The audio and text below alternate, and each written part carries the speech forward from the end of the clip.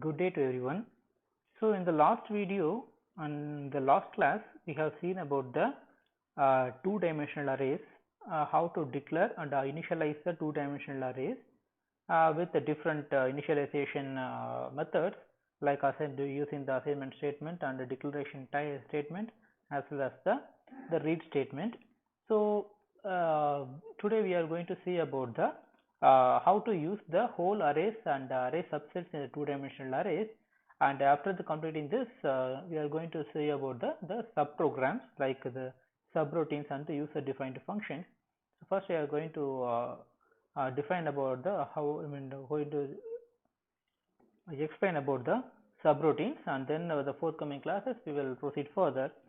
So but concerning the two-dimensional arrays, so you can also do the whole array operations as well as the array subset. You can use the array subset as like a one-dimensional array. So the two-dimensional arrays may be suppose if you have a two arrays which can be used to do the basic arithmetic operations and the assignment statements as long as they are comfortable. The comfortable in the sense they are having the either having the same shape or a, suppose if it is a one-dimensional array, then if maybe suppose some of them having the scalar variables. Suppose if they are comfortable, then the corresponding operation will be performed on an element by element basis. So array subsets may be selected from two-dimensional arrays using the subscript triplets or the vector subscripts. So suppose if a separate subscript triplet or a vector subscript is used for each dimension in the array, for example, you can see here the array A, which is having a 5 into 5 matrix array, that means 5 rows as well as the 5 columns. Suppose if you want to particularly select the corresponding row and column, then you can use the array subsets. So the array subsets corresponding to the first column of the array is called, which we can notated by the A, the colon comma 1. That means the starting and end value of the first dimension is default, with the first row, which is the first column, will be selected for the corresponding operation A, the colon comma 1, so that this first column with the row of the first row to the last row, that means the default first row to last row, which is selected for the from the corresponding argument. Suppose if you want to select the arrays in array subsets corresponding to the first row is selected, means this is the corresponding command where you have to tell with the row name, the row number, and the column starting value to end value. We can just suppose if nothing is given, then you can give it, means state the first value is the start value and the last value is the final value of the corresponding matrix. So that this command is, suppose if you use this kind of command, then it actually select the first column of the corresponding value. Suppose if you want to take the third column, then you have to mention A of 3 comma colon. That means the third column, the third row, and the whole columns will be selected, because suppose if you are not giving any values for the second dimension. Suppose you can also use the array subscripts. Maybe you can also use the independently to choose the each dimension. That means you can fix the column as well as row just using this kind of command. For example, if you are taking using this command A of 1 colon 3 comma 1 colon 5 colon 2, that means it actually select the rows from 1 to 3 and the columns 1 to 5. That means it takes the first column and fifth column with the increment of 2. That means it takes the first column and the third column and the fifth column. So if you look at this the array, whole array, it actually taking the 1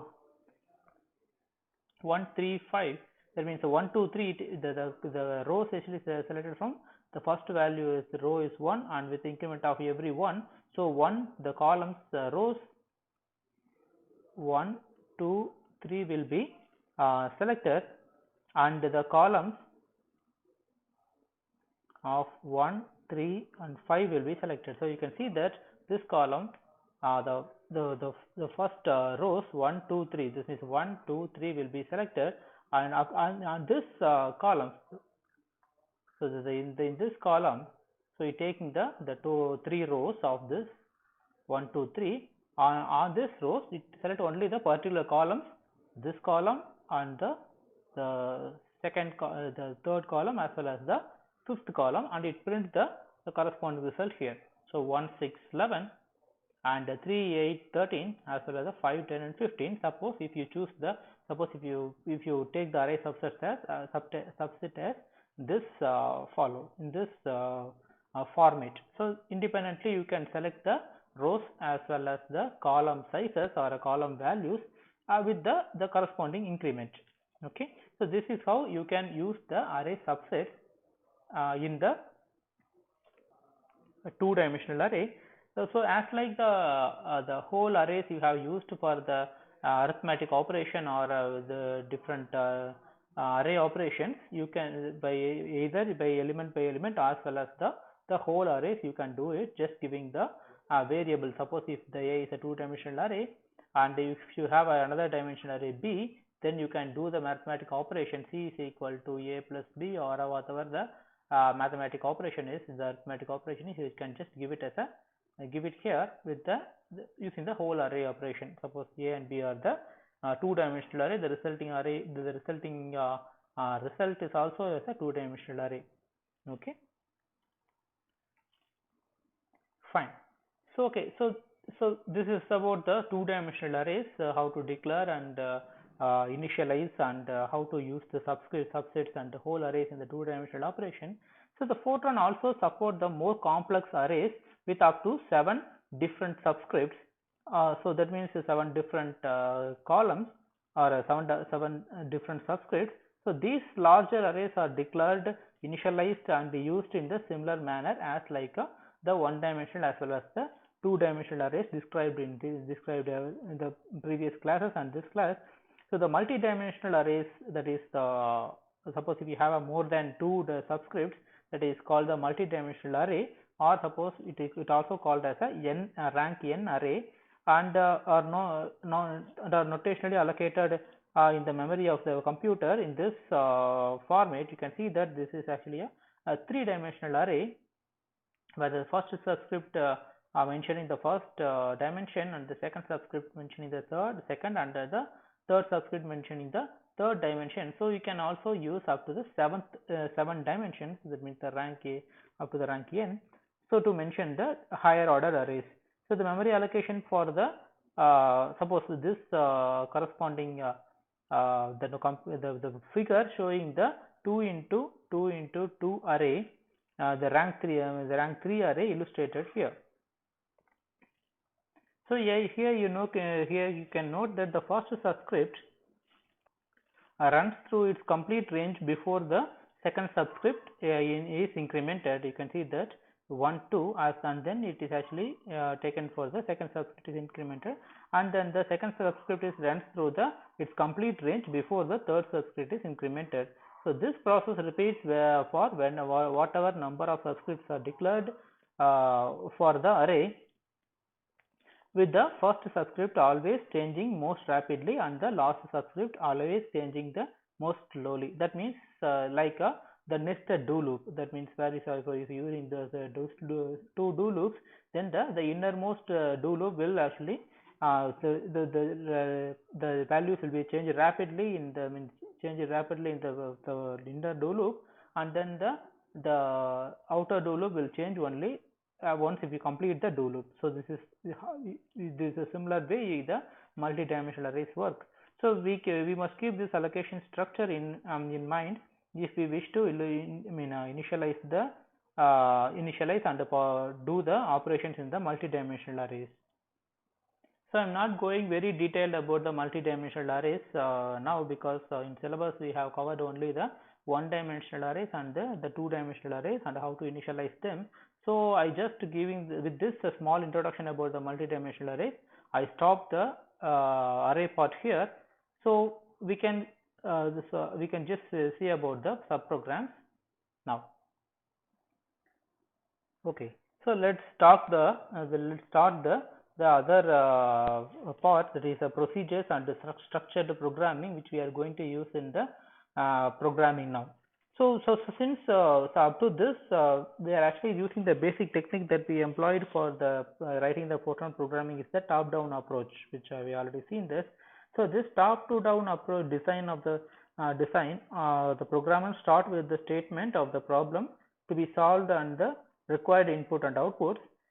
So the programmer describes the algorithm to be implemented by the program in broad outline and then applies decomposition to break down the algorithm into logical subdivisions, which is also called as a subtask. So once you can do the every subtask, I mean you can solve every subtask, and then you can combine all the subtasks to complete the whole program. So the breaking of this programs into each subtask until you can just find the smallest solutions for the different parts. So the programmer can combine all the individual pieces into the full Fortran code. So this is the procedure we have followed in our earlier programs. So but the results have been somewhat restricted because we have we have combined this final Fortran code generated for each subtask into a single large program. Suppose we have not had we have not had a way to code and verify as well as test each subtask of the program independently before combining them into the final program. So what we have seen earlier, we have one single large program, and this single large program will compile with the single run, and then you can troubleshoot the program or you can solve the problem. Suppose if you want to test any particular subtask in your program, in your single program, that is impossible to do with the classical program which we have followed here. So but the Fortran has a special mechanism designed to make subtasks easy to develop, and you can also debug independently before building to the final program. So these programs called these subtasks can be called as a program units, or called as external procedures, and so you can easily compile and test. Suppose if there is any error, then you can also debug with the external procedure independently of all the other program. So the Fortran has two different kinds of external procedures, which is called subroutines and the user defined functions. So subroutines are invoked by calling the by naming them in a separate call statement. They are return multiple results while calling the arguments, whereas the functions, that means the user defined functions, are invoking by by naming the corresponding expression. The result is mostly is a single valued result. So we are going to see about the subroutines as well as the user defined functions, which we are going to see in this video. So we already know the intrinsic functions, which is already defaultly available in the Fortran programming. For example, the trigonometry function, the basic trigonometry functions, and the log and exponential and different intrinsic functions. We already have a list of intrinsic functions which we already seen in the earlier classes. But sometimes the functions which the programmer or a user can create his own functions, which is called the user defined functions. Okay. So why we need a subprograms? So suppose why we should use the subprograms? So there are different benefits. One is so you can easily independently test each and every subtask in your program. So the subtask can be tested separately to ensure that it performs properly by itself before combining into a large program. So this step is known as the unit testing. Suppose if you are testing the each and every subtask is called the unit testing. Suppose if you are using this kind of method, then you can easily eliminate major errors, and so that you don't require to troubleshoot the whole program, the whole final program, you can just do the debug the each and every small units, and unit by unit easily you can troubleshoot, and then you can just combine it as a one program. I mean this the save the whole program. So another benefit is the reusable code. Suppose in many cases different parts of the program can use the same basic subtasks. For example, you may need to sort the list of values into ascending order or maybe a descending order many times within the program, or even in the other programs also. So you could design or compile the single procedure to do the sorting. Then they reuse the program procedure whenever sorting is required is somewhat difficult. Suppose this reusable code, suppose you are writing it as a subtask, I mean you can take it as a small part which is actually dedicatedly used to do sorting the numbers. So this reusable code has two major advantages. One is it reduces the total programming effort required, and also it simplifies the debugging process. So since the sorting function is already we have debugged in the previous programs. So the another advantage of using the subprograms is the isolation from the unintended side effects. So that is actually, suppose if you are calling the argument list, suppose the variables which is already available in the argument list, then suppose if you are running a program, so while doing the compiling and running process, suppose the variables in the argument list is updated, then it actually produces side effects. So suppose if you are having a subprogram which is communicate with the main program that invoke them through the list of variables which is called argument list, then the only variable in the main program, the only variables in the main program that can be changed by the procedure, and those are in the argument list, but not the actual variables. Only the dummy variables is going to be affected. So the actual variables is having the same value. So suppose if you are using this kind of isolating this, you are using the separate dummy variables as well as actual variables. So this restriction is very important. So suppose if you accidentally program updating the variables, then it affects the whole program, and the value of the variables that will leads to the huge mistakes or a huge errors in your program. So these are some of the advantages why we have to use the subprograms in the Fortran programming. So first we are going to see about the subroutines. So subroutine is one of the subprograms which we are going to use in the Fortran programming to just divide the program into different subsets, and you can independently troubleshoot each and every subset, and then you can write it as a whole program. So the subroutine is a Fortran procedure that is actually invoked by the by naming the corresponding subroutine with the call statement. So the general form of the syntax of the program is subroutine is given here. So the subroutines always start with the sorry, this is a spelling mistake. So the subroutine will always start with the name subroutine with the corresponding subroutine name and the argument list. I will tell you what is the argument list is, and then in between that you can do the regular programming which you have used here with the declaration section, execution section, and you can close or terminate the corresponding the subroutine with the end subroutine. So you can also use the return, and then the final the next line you can end the subroutine with the corresponding subroutine name which is already given here. So this is actually similar to the program which we are actually the main program which we are going to use. That means the main program which actually started with the program name, and you can have a declaration section, execution section, and finally once you completed the task, then you can terminate the program with the terminate section with the stop and end the end program. So you can have a similar kind of structure in the subroutine also. So you can start the subroutine with the same subroutine with the name, in addition with the argument list. In addition to that, you have to use the argument list which you are going to use in the the corresponding subroutine. Similar like a main program, you can have a declaration section, execution section, and you can return. That means the return command is actually telling that you are actually returning the values from the subroutines to the main program.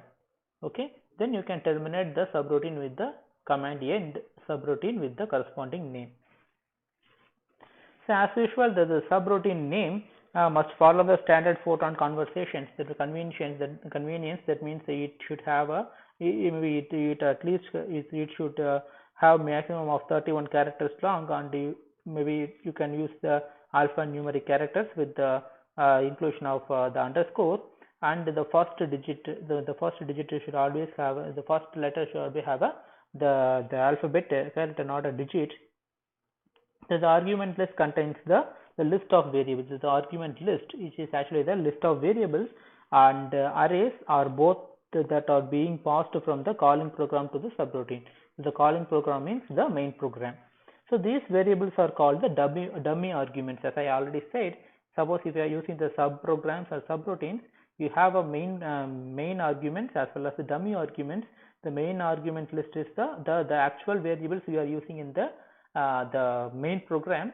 So this argument list is in the subroutine you are using the argument list, which is having the dummy arguments, the dummy variables. So this subroutine does not actually allocate any memory to this corresponding argument list, but it also it actually using the original memory, which is actually used for the original variables which we have declared in the main program. So just the dummy argument is just a placeholders. That means the actual argument, it just use the space from the actual argument, and it is actually calling the corresponding variables to the subroutine whenever you are actually calling this subroutine with the command call. So not like any other Fortran programming, the subroutine must have the declaration section and as well as the execution section as like the main program. So suppose if the main program is actually calling the subroutine with the call statement, then the execution of the calling program is suspended and the execution section of the subroutine will run.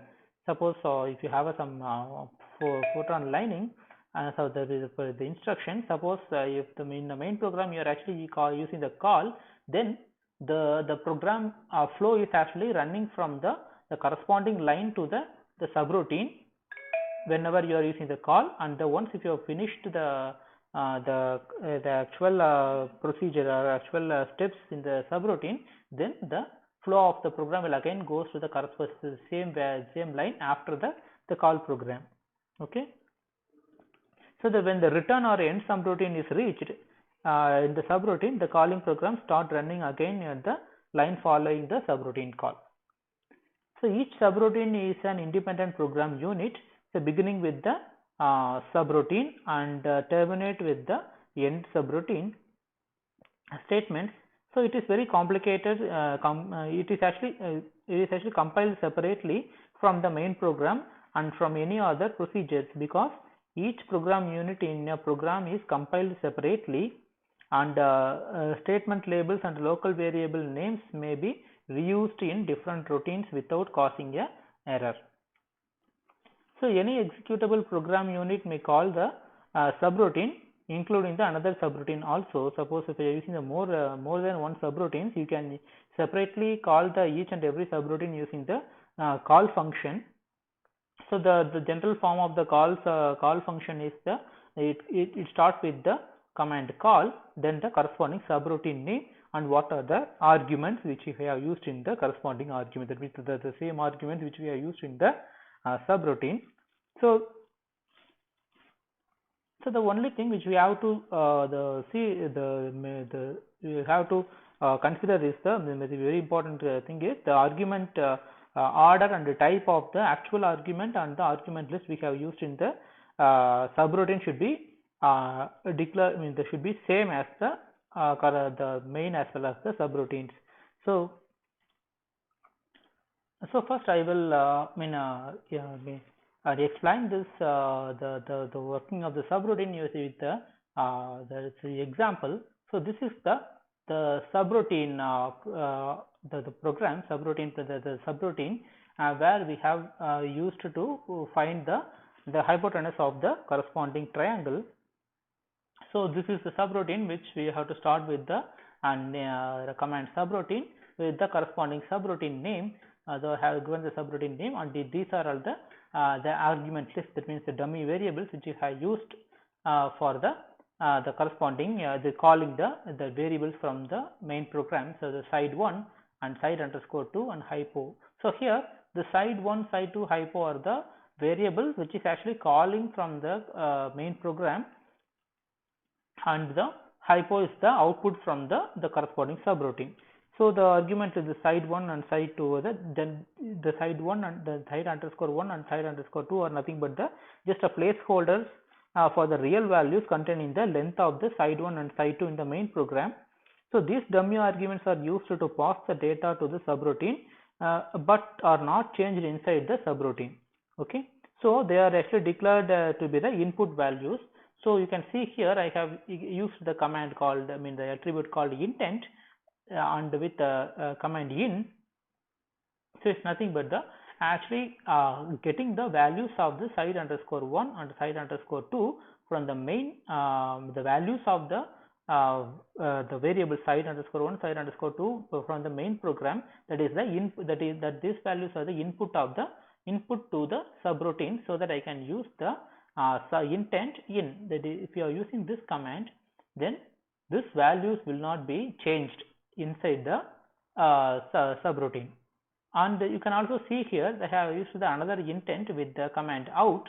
That means this hypo is the variable which is actually giving the value to the main program. That means it's actually the output of the subroutine, which is actually given as the input to the corresponding main program. So that I can saying that this out actually indicated that there is this variable is actually a output of the subroutine.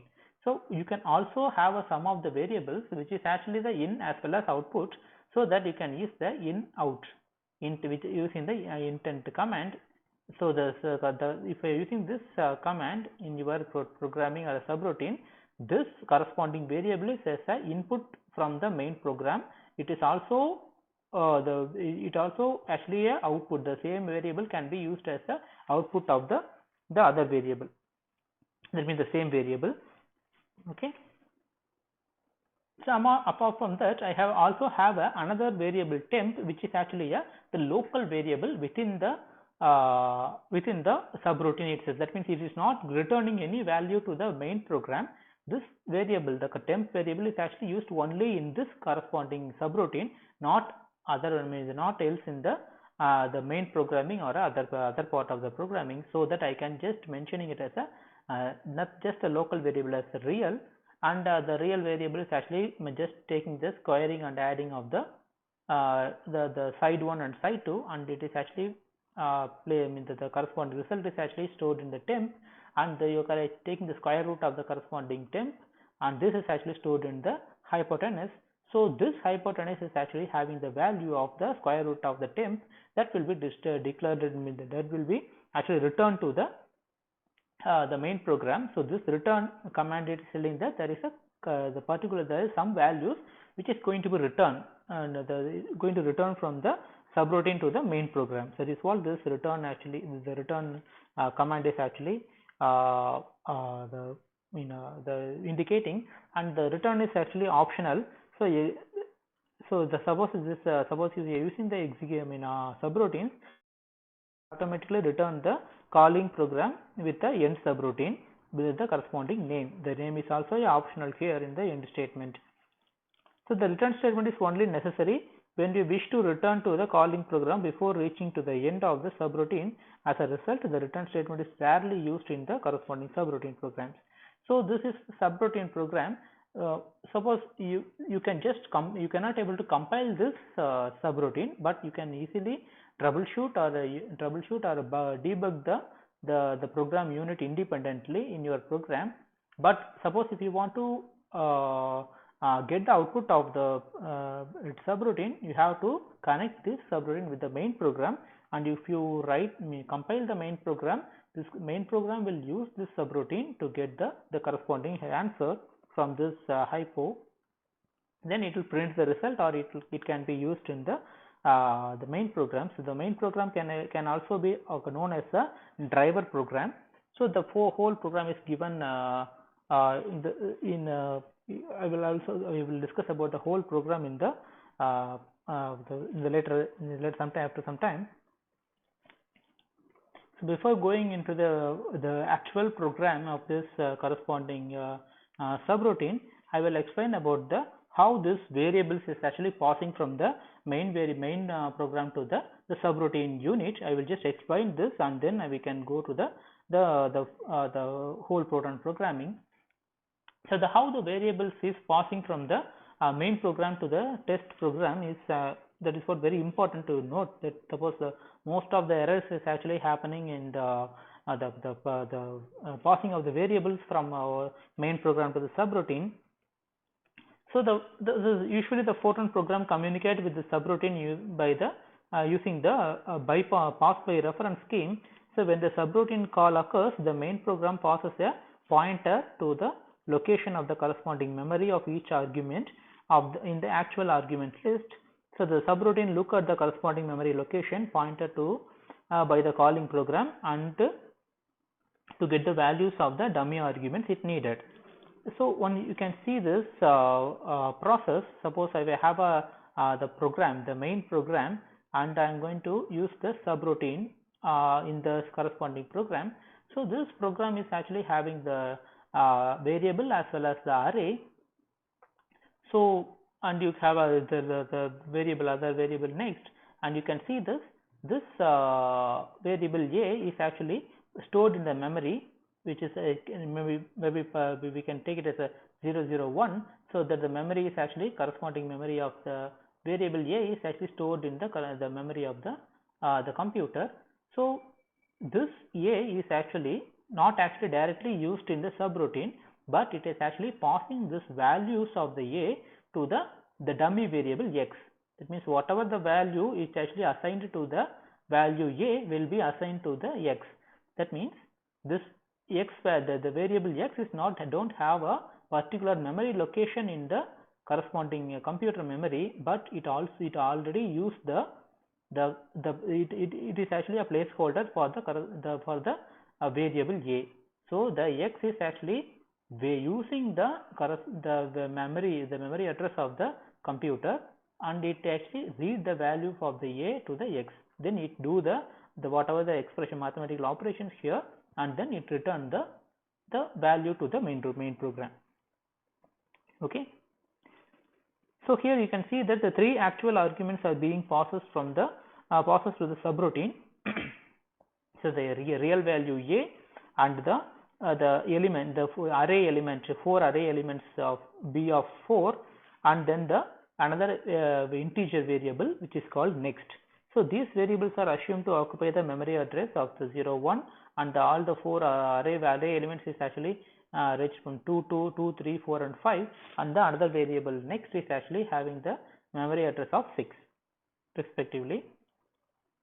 So there are 3 dummy arguments in the subroutine, which is named as the sub1, which is again the X is the real variable, and Y is the real array, and I is the integer. So you can see that I have declared the X as again a real, and the Y is the real, but also it's having a dimension, it is actually array, and which is the intent is actually in, and I is the integer again. So you can see that the type of the each and every array and the place of the different dummy as well as the original variables is actually should be matched with the main program and the subroutine program. So if this is actually overlapped, or it is actually interchanged with the in the program, then the result of the program will be it will have a error, or sometimes you don't have get the correct results. Okay, so when the main program test is actually calling the subroutine sub1, then what is actually passed to the subroutine is the pointers of the memory locations contained in the calling arguments 1, 2, 3, 4, 5 and 6, So and whatever the variable x is referred to in the subroutine, the content of the memory location will be accessed to the corresponding argument of x, and so on. So this is how this scheme is actually called the pass by reference, since only pointers to the values are passed to the subroutine, not the actual values themselves to the subroutines. So the only thing which we have to very careful about the thing is, we have the values of the calling argument list should be matched with the subroutine calling arguments type as well as the order. Suppose if, for example, if you have an array length of 4 and the array length of the subroutine which is used to having, which is used in the subroutine is having a different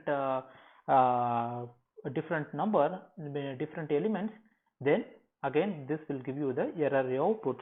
So that the main thing is the arguments, actual arguments as well as dummy arguments, the type, order and number, which should be always matched with the original very original main program.